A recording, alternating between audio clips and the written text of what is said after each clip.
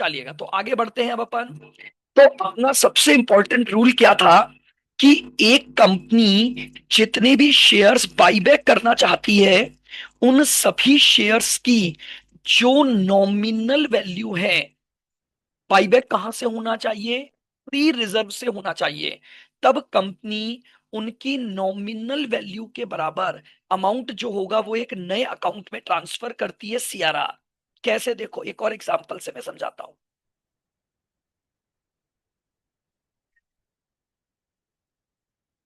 देखो, मान लो ये क्या बोल रहे हैं, x limited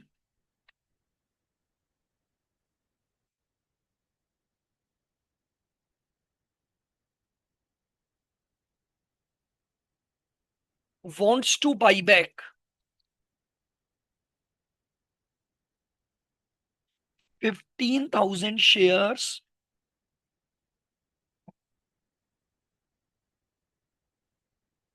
of rupees 10 each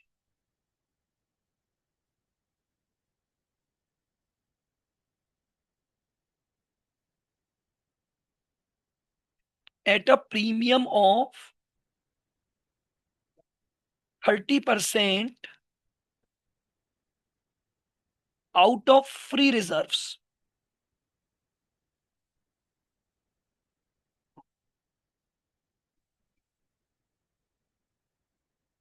ठीक है।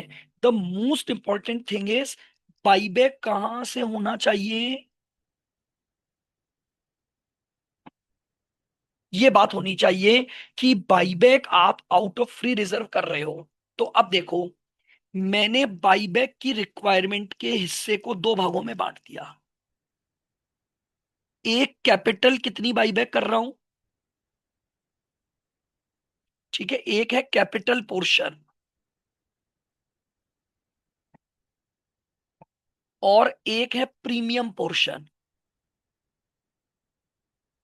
मेरा ये तरीका सीखना, प्रैक्टिकल क्वेश्चन करते समय हमें इसी तरीके से करना है। ठीक है। अब कैपिटल पोर्शन में दो मेरे पास सोर्सेज होते हैं।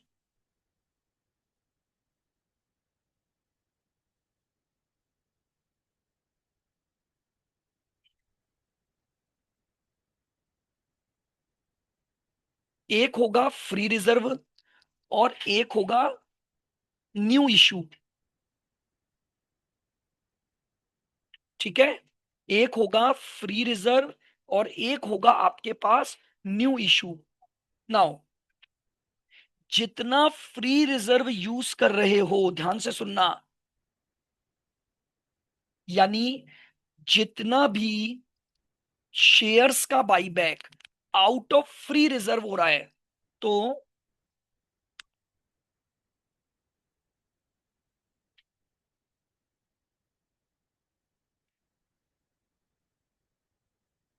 Nominal value of shares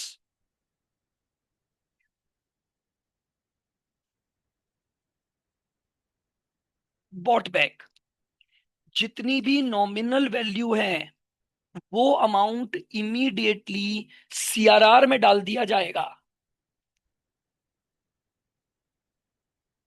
immediately CRR में डाल दिया जाएगा। तो यहां पर उसने क्या बोला है, 15,000 शेयर्स हैं जिसकी नॉमिनल वैल्यू 10 ईच है, और हम कहां से कर रहे हैं? आउट ऑफ फ्री रिजर्व कर रहे हैं।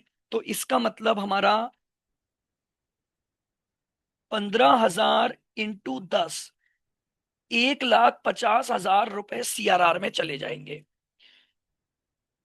और प्रीमियम पोर्शन कितना आ गया? अगर 30% प्रीमियम है, तो यानी 10 रुपए का 30%, 3 रुपए पर शेयर प्रीमियम हो गया।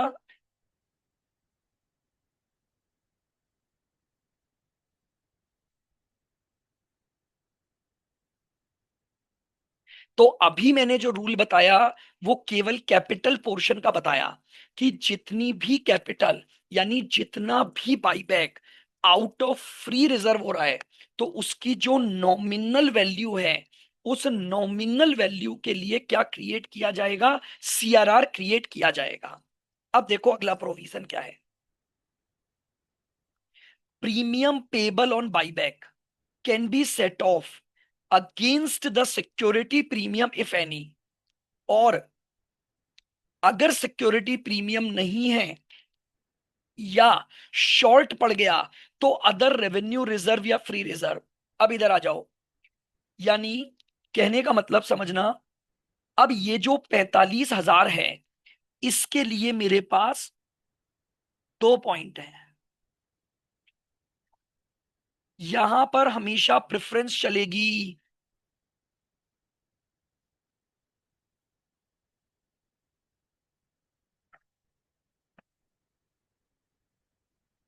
अगर मेरे पास सिक्योरिटी प्रीमियम अवेलेबल है तो जितना बाईबैक का प्रीमियम पोर्शन है, पहली प्रेफरेंस सिक्योरिटी प्रीमियम से लिया जाएगा। ये कम पड़ जाए या ना हो तो मैं सेकंड प्रेफरेंस पर जाऊंगा।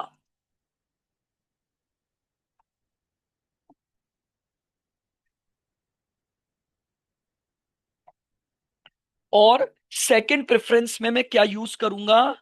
Free reserves.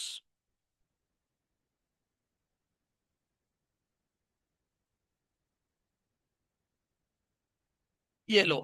तो यानी कैपिटल पोर्शन, फ्री रिजर्व और न्यू इशू, जितना फ्री रिजर्व उसका सीआरआर, प्रीमियम पोर्शन, जितना प्रीमियम पोर्शन है फर्स्ट प्रेफरेंस सिक्योरिटी प्रीमियम से, सेकंड प्रेफरेंस फ्री रिजर्व से। यही लाइन मैंने यहां लिखी है। ठीक है, क्लियर बिल्कुल। अब एक और पॉइंट, जितना सीआरआर बनाया है यानी कैपिटल रिडम्पशन रिजर्व, याद करो मैंने आपको बोनस इशू के टाइम पर बताया था, fully paid up bonus issue की पहली प्रेफरेंस सीआरआर होती है। यही बात मैंने यहां लिखी है। CRR can be utilised only for issuing bonus shares to the member. आपने जितने अमाउंट का सीआरआर बनाया है वो पैसा केवल और केवल बोनस शेयर के लिए काम में लिया जा सकता है, वो भी fully paid bonus shares.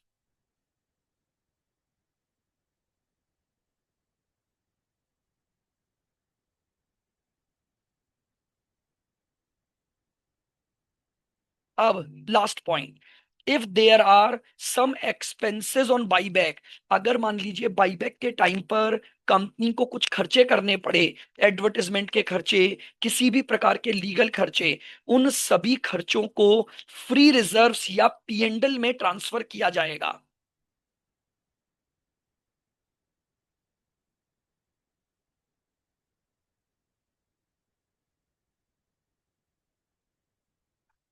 Profit loss से ले सकते हो, जनरल रिजर्व के द्वारा ट्रांसफर कर सकते हो, और रिजर्व फंड का यूज कर सकते हो। यानी अगर क्वेश्चन में बाईबैक से रिलेटेड कोई भी कॉस्ट या एक्सपेंसेस दिए गए हैं तो उनको हमें क्या करना होता है? फ्री रिजर्व्स के थ्रू राइट ऑफ करना पड़ता है।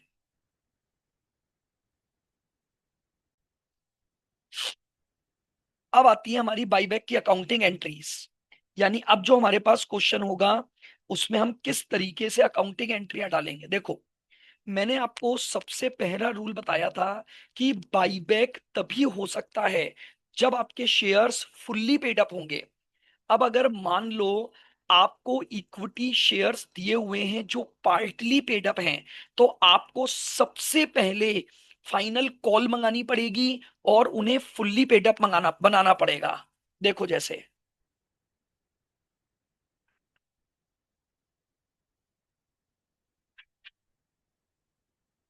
छोटे से एग्जांपल से समझते हैं। मान लो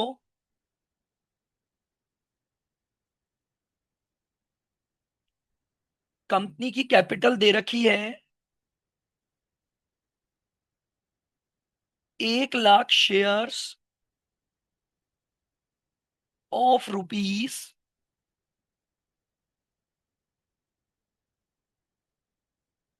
10 ईच 8 पेडअप, बिल्कुल ध्यान से सुनना। तो कंपनी की इस समय पेडअप कैपिटल है 8 लाख। क्लियर बिल्कुल। यानी कंपनी के 2 रुपए की फाइनल कॉल बाकी है। नाउ अगर कंपनी बाईबैक करना चाहती है, ध्यान से सुनना, अगर कंपनी बाईबैक करना चाहती है इन इक्विटी शेयर में से कुछ शेयर, तो रूल नंबर 1, जब तक ये शेयर्स फुल्ली पेड अप नहीं हो जाएंगे आप बाईबैक स्टार्ट नहीं कर सकते हो। तो इमीडिएटली आपको 2 रुपए की फाइनल कॉल मंगाने की एंट्री डालनी है। तो एंट्री क्या डालूंगा? सबसे पहले फाइनल कॉल मनी ड्यू करेंगे। तो equity share final call account debit 2 lakh to equity share capital. सबसे पहले मैंने फाइनल कॉल मनी क्या कर दी? ड्यू कर दी। क्लियर बिल्कुल। अब immediately final call money receive करने की एंट्री डालूंगा।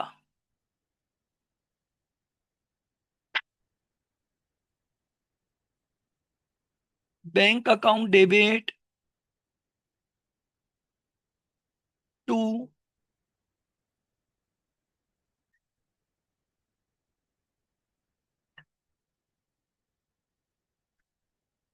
Equity share final call 2 lakh. बताओ क्या रूल नंबर 1, अकाउंटिंग नंबर 1 बिल्कुल क्लियर है?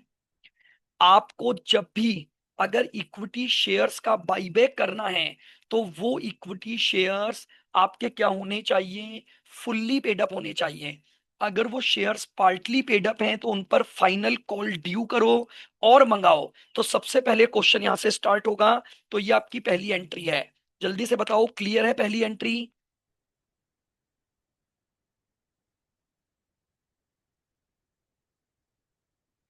हाँ। अब नेक्स्ट, अब देखो एक बहुत सिंपल सी बात होती है। जब एक कंपनी अपने शेयर्स का बाईबैक कर रही है तो पैसा भी तो चाहिए। बाईबैक करोगे तो पैसा चाहिए। तो कंपनी कई बार, कंपनी के पास कुछ इन्वेस्टमेंट होते हैं उनको बेच देती है। तो अगर आपने अपने इन्वेस्टमेंट बेचे, मान लो,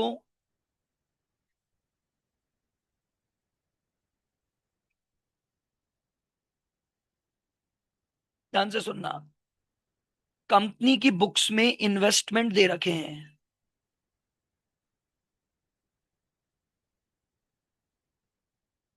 ठीक है, इन्वेस्टमेंट्स 2 लाख के। ठीक है।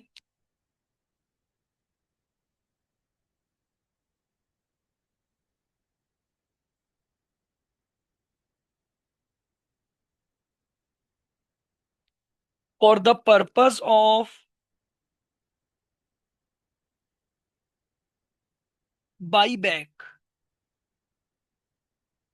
कंपनी सोल्ड इट्स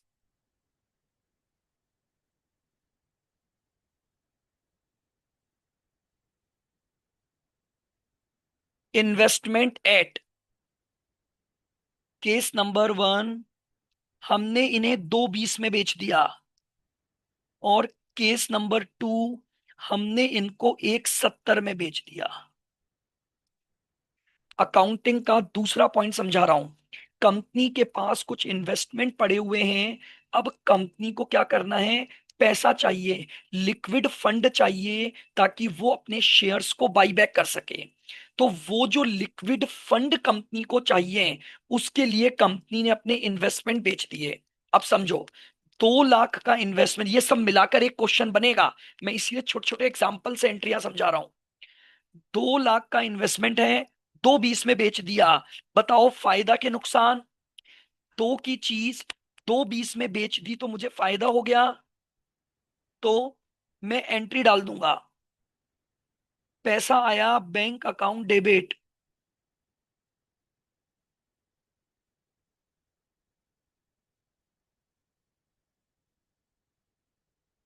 ये लो, 2,20,000 रुपए मेरे पास आ गए। फायदा हुआ है तो प्रॉफिट P&L में जाएगा। टू, मेरे पास से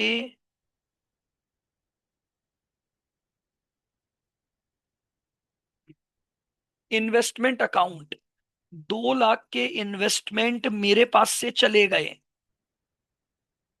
और जो प्रॉफिट हुआ,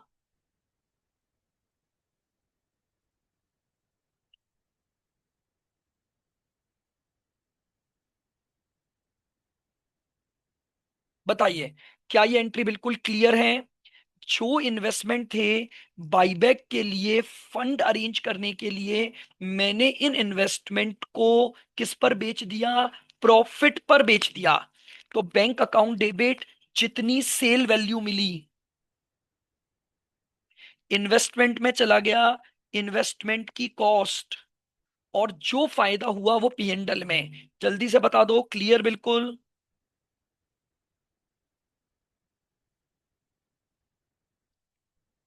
चलो, अब बात करते हैं सेकंड एंट्री पर। बहुत ध्यान से सुनना। 2 लाख का इन्वेस्टमेंट 1,70 पर बेच दिया।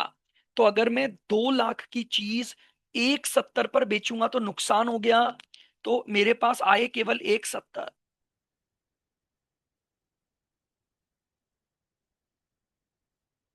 Bank account debit 1,70,000।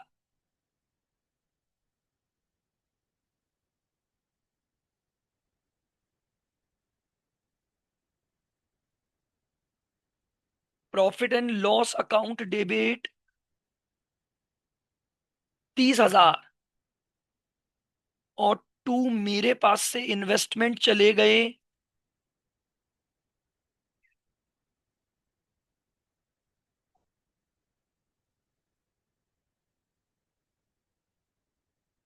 To, investment 2 lakh. बताओ क्या लॉस पर बेचने की एंट्री भी क्लियर है बिल्कुल? तो ये सेकंड अकाउंटिंग एस्पेक्ट है। अकाउंटिंग एस्पेक्ट नंबर 1, शेयर्स को फुल्ली पेड अप बनाने की 2 एंट्री। पैसा risk capital final call due करो और रिसीव कर लो। और दूसरी एंट्री, अगर फंड को अरेंज करने के लिए हमने इन्वेस्टमेंट बेचे, तो इन्वेस्टमेंट को प्रॉफिट पर बेचोगे तो एंट्री, और लॉस पर बेचने की एंट्री। जल्दी बताओ, सेकंड अकाउंटिंग इन्वेस्टमेंट सेल की accounting clear?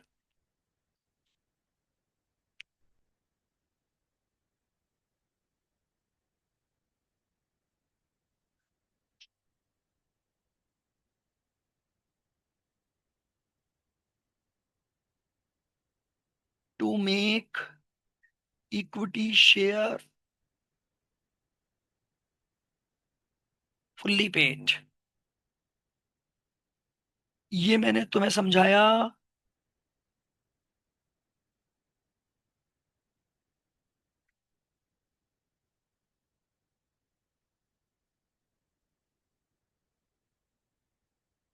Third accounting. Now, अब अगर मान लो, मैंने एक पॉइंट बताया था कि हम नए शेयर्स इशू करते हैं। अब मान लो for the purpose of buyback मैंने प्रेफरेंस शेयर्स इशू किए या इक्विटी शेयर इशू किए, तो उसकी अकाउंटिंग डलेगी। Third accounting,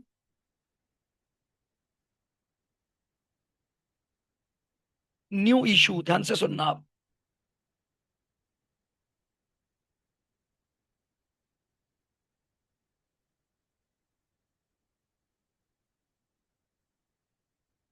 x limited issued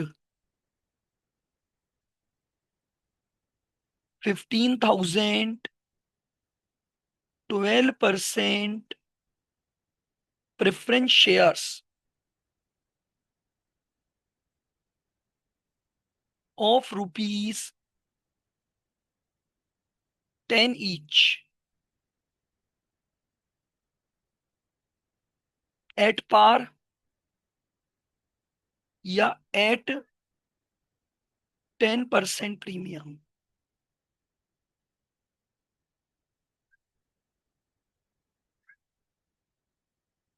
ठीक है, 2 केस ले लिए। कंपनी ने बाईबैक के लिए नए प्रेफरेंस शेयर इशू किए हैं 15,000 शेयर 10 रुपए वाले एट पार वैल्यू, और 15,000 शेयर 10 रुपए वाले 10% प्रीमियम पर। अब इसकी एंट्री डाल दो।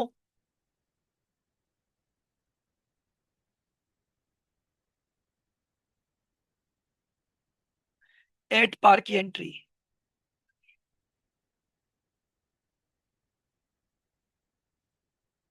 Bank account debit 15,000 into 10, 150 to 12% preference share capital. Simple. ये हो गई नया इशू हमने जो किया, फ्रेश इशू एट पार पर, तो उसकी एंट्री डल गई।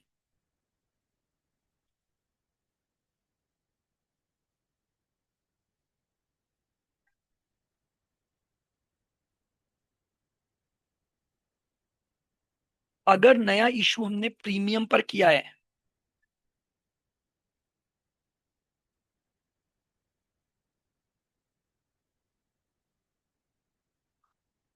बैंक अकाउंट डेबिट टू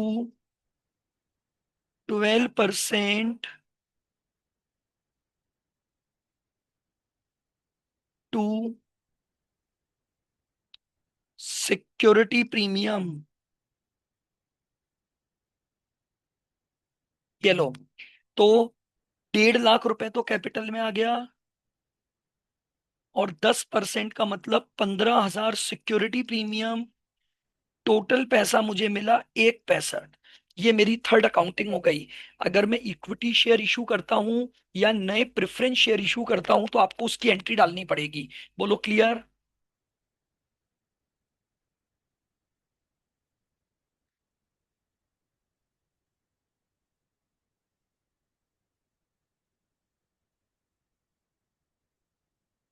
बिल्कुल क्लियर। ठीक है। नाउ अगली एंट्री। अगर आपका बाईबैक, सुनना, अगर आपका बाईबैक फ्री रिजर्व या सिक्योरिटी प्रीमियम से हो रहा है, तो जितने शेयर्स का buyback out of free reserve कर रहे हो, उन शेयर्स की नॉमिनल वैल्यू, उन शेयर्स की फेस वैल्यू का आपको सीआरआर बनाना पड़ेगा। ठीक है। ये एक ट्रांसफर एंट्री है as per the requirement of the company law.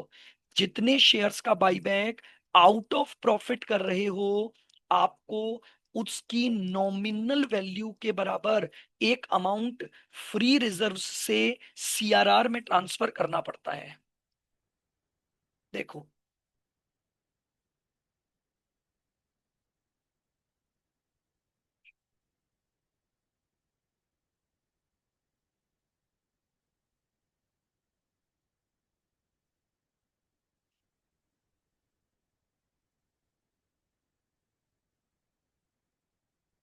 X limited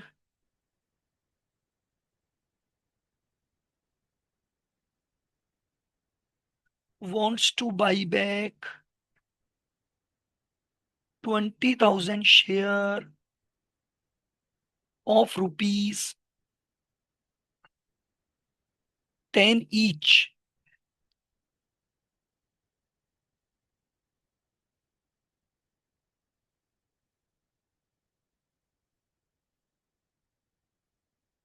at a premium of 40%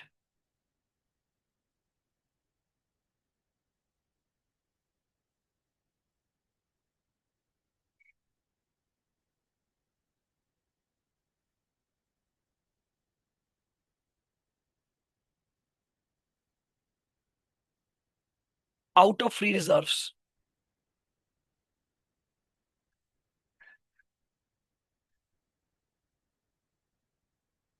X Limited has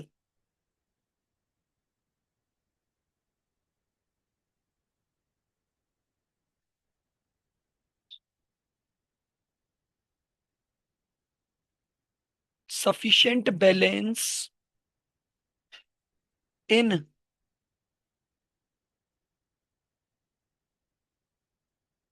general reserve. बिल्कुल सिंपल सी बात है। अब हम कितने शेयर्स का बाईबैक कर रहे हैं? 20,000।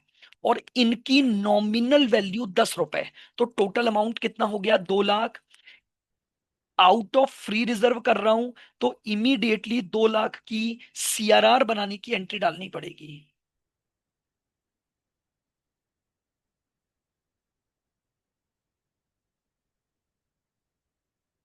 General reserve account debit to capital redemption reserve account कितना? 20,000 × 10, केवल नॉमिनल वैल्यू, प्रीमियम नहीं, केवल नॉमिनल वैल्यू। बोलो एंट्री समझ आ गई? सीआरआर क्रिएशन कब होगा ये समझ आ गया? जब भी आउट ऑफ प्रॉफिट अगर आप क्या करोगे, कोई भी बाईबैक करोगे, तो आपको उन शेयर्स की नॉमिनल वैल्यू का क्या क्रिएट करना पड़ेगा? Out of free reserve CRR create करना पड़ेगा। बताओ, क्लियर है?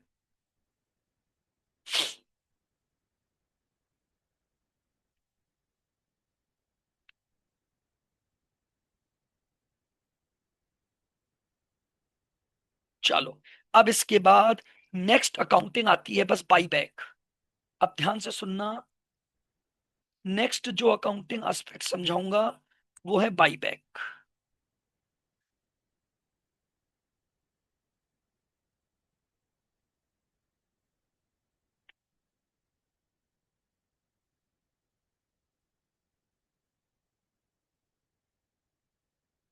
अब मेरे पास एंट्री फॉर बाईबैक में situation.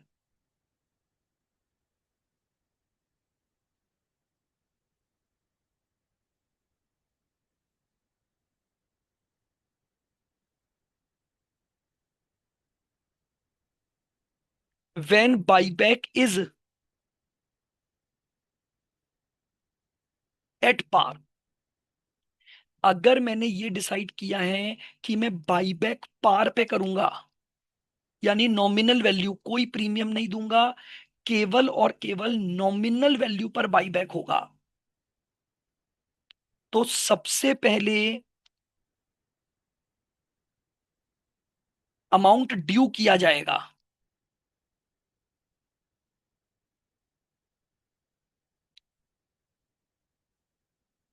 Amount due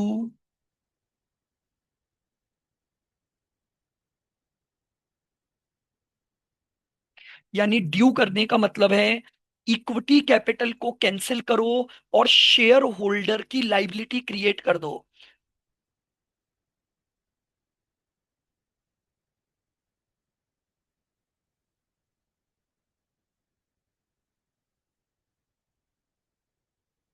equity share capital account debit to.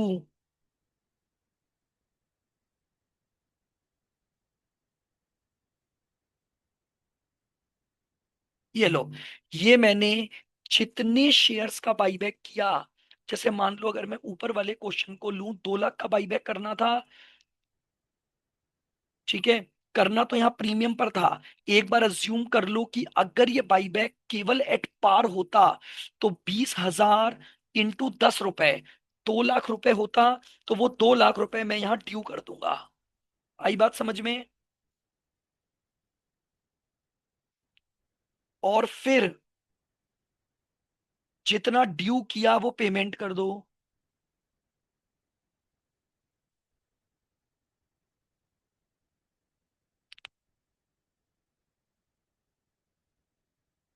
Entry for payment.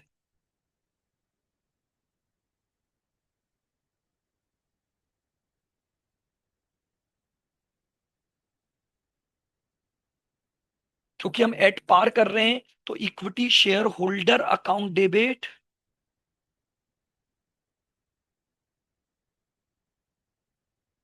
To bank account. बताओ, क्या ये दोनों एंट्रियां समझ आ गई? अगर हम एट पार पर रिडीम्ड कर रहे हैं, सॉरी, एट पार पर बाईबैक कर रहे हैं, तो जितना बाईबैक कर रहे हो सबसे पहले वो अमाउंट ड्यू कर दो, और ड्यू करने के बाद उन्हें उनका पैसा लौटा दो। बोलो, आया समझ में?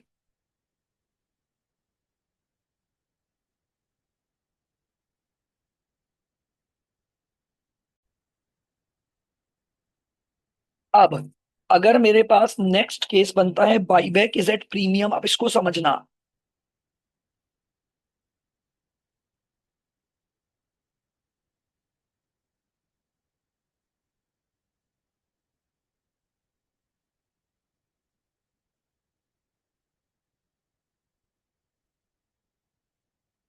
When buyback is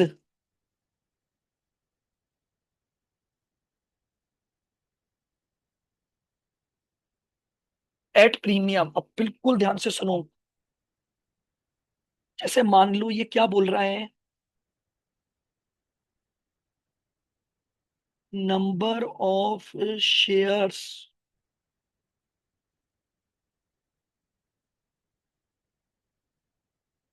bought back 20,000।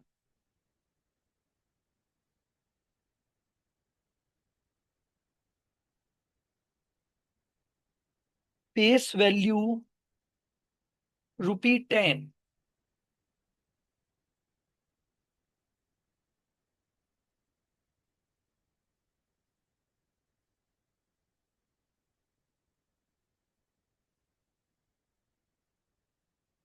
Buyback premium ₹5। यानी बाईबैक किस पर हुआ है? प्रीमियम पर। अब बिल्कुल ध्यान से सुनना, सबसे पहले प्रीमियम का अरेंजमेंट होगा। हमने दो चीजें सीखी, कैपिटल और प्रीमियम। तो प्रीमियम कितना है? 20,000 इंटू 5। तो मैं पहली एंट्री डालूंगा, security premium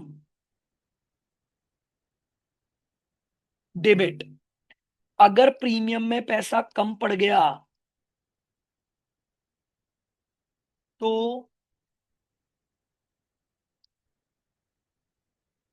free reserve account debit. जितना भी पैसा जहां से लेना पड़ा वो 1 लाख हो गया।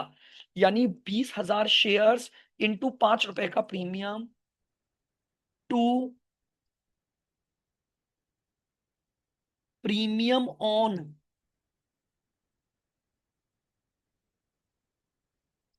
बाईबैक।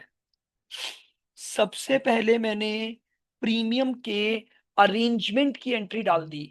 सिक्योरिटी प्रीमियम से पैसा मिल गया तो वहां से ले लिया, वो कम पड़ा तो फ्री रिजर्व से ले लिया। तो सिक्योरिटी प्रीमियम या free reserve account debit to premium on buyback. अब उसके बाद अब अमाउंट ड्यू कर दो।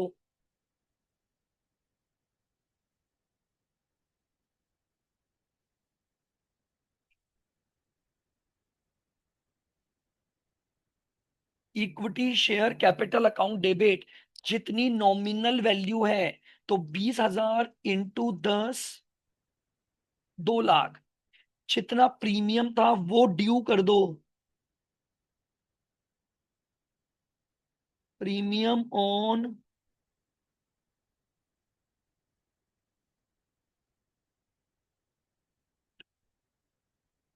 1 लाख, और पैसा ड्यू कर दो to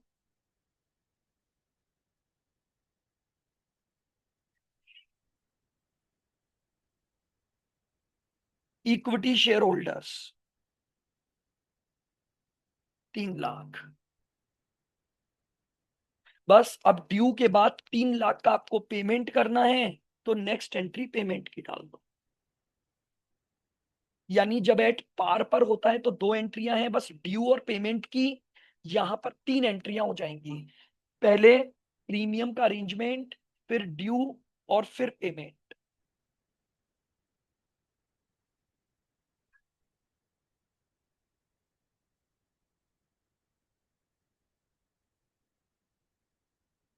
equity shareholder account debit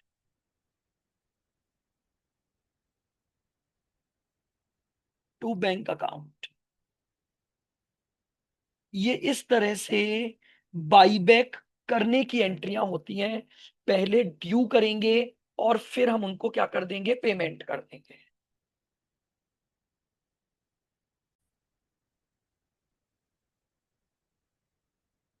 अब लास्ट एंट्री क्या थी हमारे पास? अगर मान लीजिए हमें एक्सपेंसेस दिए हुए हैं कि बाईबैक की किसी भी स्कीम में कोई खर्चे हो रहे हैं।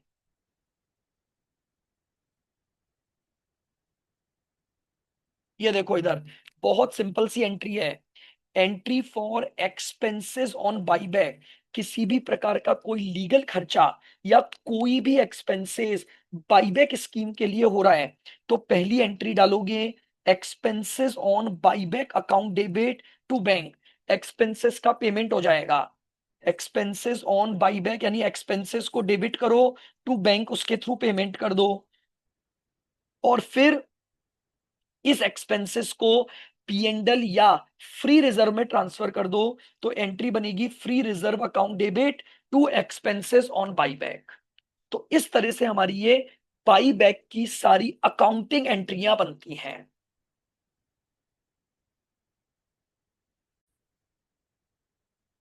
देखो, Umesh limited resolved to buyback 4 lakh of its fully paid equity share of 10 each at ₹22 per share. यानी उमेश लिमिटेड 4 लाख शेयर्स का बाईबैक करना चाहता है, और बाईबैक करना है उसे 22 रुपए पर शेयर पर। बाईबैक करना है 22 रुपए पर। तो देखो, सबसे पहला काम मैंने आपको ये बताया, बाईबैक में दो हिस्से अलग कर दो। जितने शेयर्स का बाईबैक कर रहे हो उसकी नॉमिनल वैल्यू यानी उसका कैपिटल पोर्शन, और उसके ऊपर जितना प्रीमियम जाएगा वो प्रीमियम का पोर्शन। हमेशा क्वेश्चन को पढ़ते समय पहला काम ये करना है। लीजिए, तो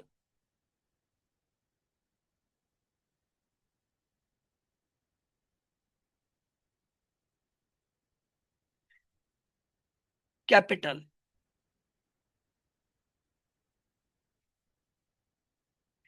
बिल्कुल धीरे धीरे समझते हुए पढ़ना। मैं कैसे उसको प्रेजेंट कर रहा हूं, हर क्वेश्चन में वही होगा। कितने शेयर बाईबैक कर रहा हूं? 4 लाख शेयर्स। एक शेयर की नॉमिनल वैल्यू 10 इंटू 10,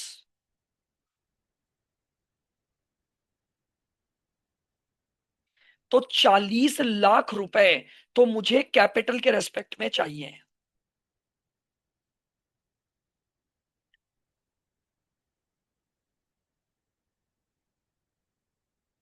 प्रीमियम कितना है? 10 रुपए का शेयर है, 22 रुपए पर बाईबैक कर रहा हूं, तो 12 रुपए मेरा प्रीमियम हो गया। तो यानी 4 लाख इंटू 12, ये मेरा प्रीमियम हो गया। यानी बेसिकली मुझे इन दोनों का पेमेंट करना है, प्लस कैपिटल के रूप में 40 लाख, प्रीमियम के रूप में 48 लाख।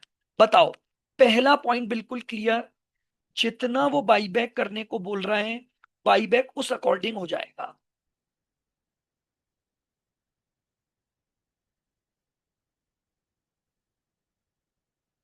आ जाओ। अब सबसे पहले मैंने आपको ये बताया, जब कैपिटल है तो इसके सोर्स क्या हैं? केवल कैपिटल के सोर्स। कैपिटल के दो सोर्स थे, एक प्री रिजर्व में से,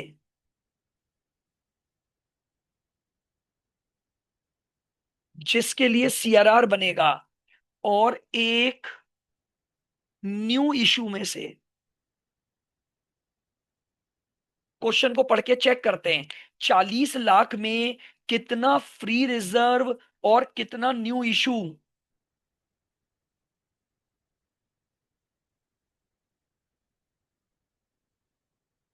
आओ आगे पढ़ते हैं। ठीक है। अब ये बोल रहे हैं कि कंपनी एक्ट के प्रोविजन के तहत 25% से ज्यादा नहीं है। सुनना, for this purpose it issue, issue वाला डेटा मिल गया, 1,11% preference shares of 10 each at par, यानी 11% प्रेफरेंस शेयर कैपिटल से अरेंजमेंट हो गया। कितना? 1,10,000 रुपए के हिसाब से।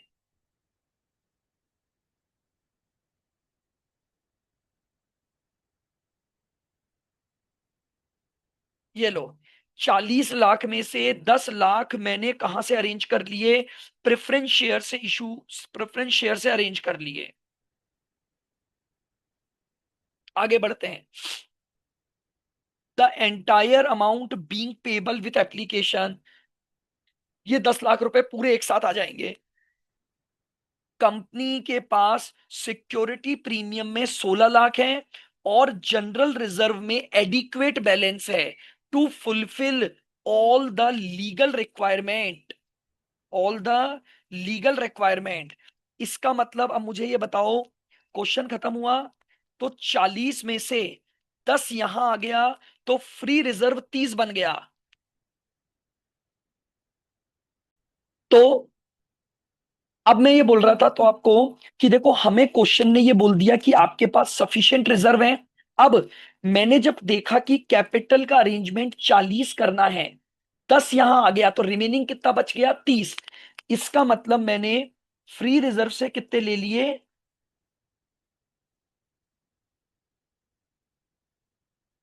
थम्स अप दिखा देना चाहिए हमें टाइम टू टाइम, ताकि हमें पता रहे टीचर को भी कि बच्चों को समझ आ रहा है। तो 40 लाख में 10 लाख यहां आ गया और 30 लाख यहां आ गया। क्या ये बिल्कुल क्लियर है? आ जाओ। अब 48 लाख मुझे प्रीमियम चाहिए, 48 लाख मुझे प्रीमियम चाहिए। मेरे पास सिक्योरिटी प्रीमियम में 16 लाख है, मेरे पास सिक्योरिटी प्रीमियम में 16 लाख है। तो मैंने क्या किया? लो भाई, फर्स्ट प्रेफरेंस सिक्योरिटी प्रीमियम बताया था, तो 16 लाख रुपए सिक्योरिटी प्रीमियम से ले लिए। अब 48 में से 16 हटाओ,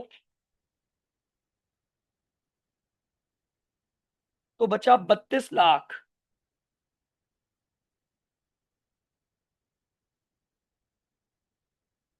ये लो। अब सबसे पहले एक बार मुझे बता दो, क्या ये लिखने का तरीका समझ आ गया? मैं फिर रिवाइज करवा रहा हूं, मैं इसी तरह के पैटर्न के बहुत सारे क्वेश्चन करवाऊंगा। सेट होना चाहिए। जितना बाईबैक करना है उसकी कैपिटल का पोर्शन अलग लिख दिया, प्रीमियम का पोर्शन अलग लिख दिया, प्लस लगा दो, टोटल पेमेंट 88 लाख का होगा। फिर मैंने कैपिटल के दो टुकड़े करके रख दिए, जितना फ्री रिजर्व ले रहा हूं ताकि उसका सीआरआर बने, जितना नया इशू ले रहा हूं नए इशू की एंट्री, प्रीमियम का अरेंजमेंट करने की एंट्री, बाईबैक ड्यू करूंगा और पेमेंट कर दूंगा, क्वेश्चन कंप्लीट। बोलो, क्या ये वाला हिस्सा जो मैंने लिखा वो समझ आ गया? जल्दी से थम्स अप बना के बता दें।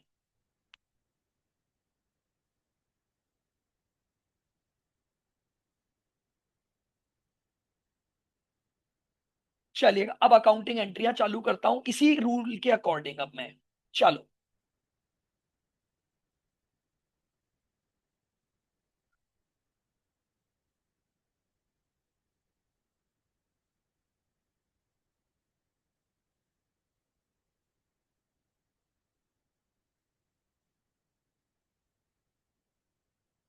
पहली एंट्री। अब मैंने फ्री रिजर्व से 30 लाख लिए। रूल क्या था? जो फ्री रिजर्व से लूंगा उसका सीआरआर बनाना पड़ेगा। तो यानी मेरी एंट्री हो गई, मैंने ये कहां से लिया? पूरा जनरल रिजर्व से ले लो, क्योंकि उसने बोला है जनरल रिजर्व में सफिशिएंट फंड है।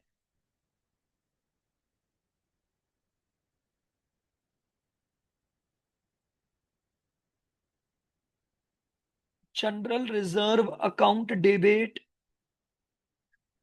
30 लाख टू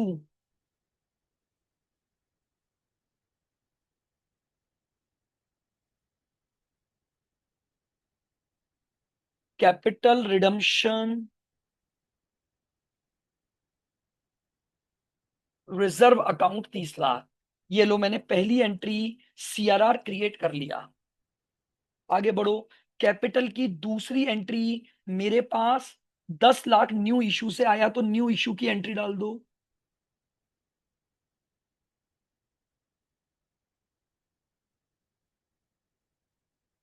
पहले ये जो अरेंजमेंट का डायग्राम बनाया है, इसी की अकाउंटिंग एंट्री डालनी है। तो bank account debit 10 lakh to 11%।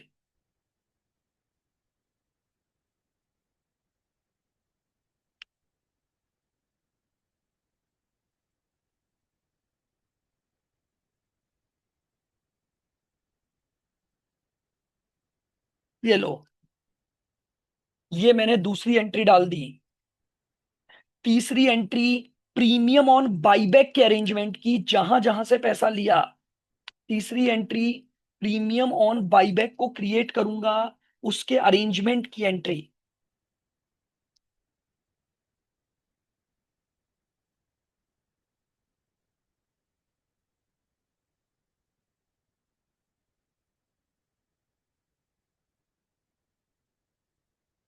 Security premium account debit 16 lakh मैंने सिक्योरिटी प्रीमियम से लिए।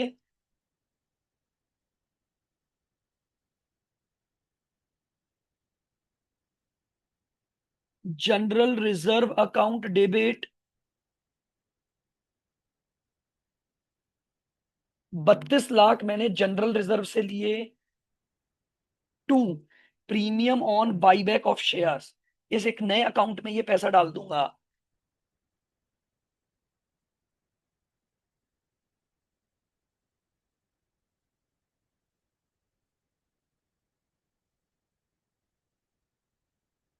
To premium on buyback.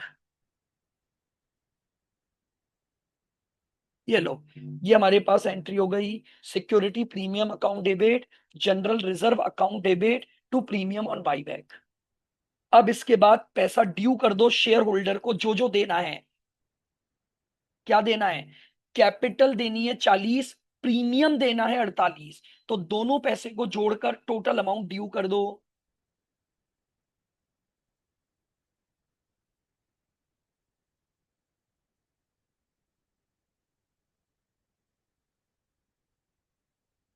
Equity share capital account debit 40 lakh.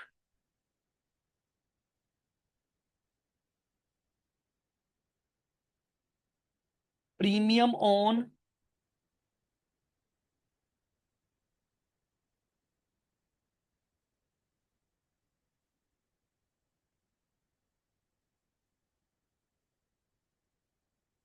Buyback account debit 48 lakh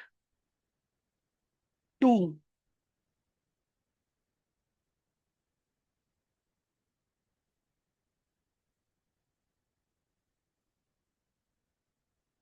equity shareholder account 88 lakh.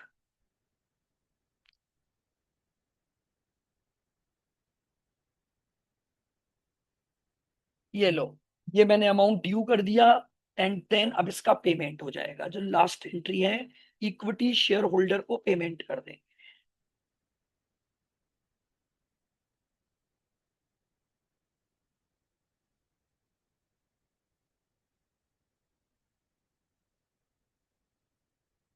Equity shareholders account debit to bank account.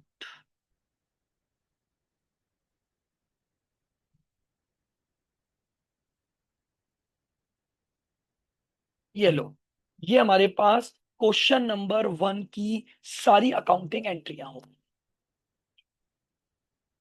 फटाफट से देख लो, summarise कर लो सारी चीजों को। अरेंजमेंट को मैंने बहुत प्रॉपर लिखा, फिर उस अरेंजमेंट के अकॉर्डिंग मैंने अकाउंटिंग एंट्रियां स्टार्ट कर दी।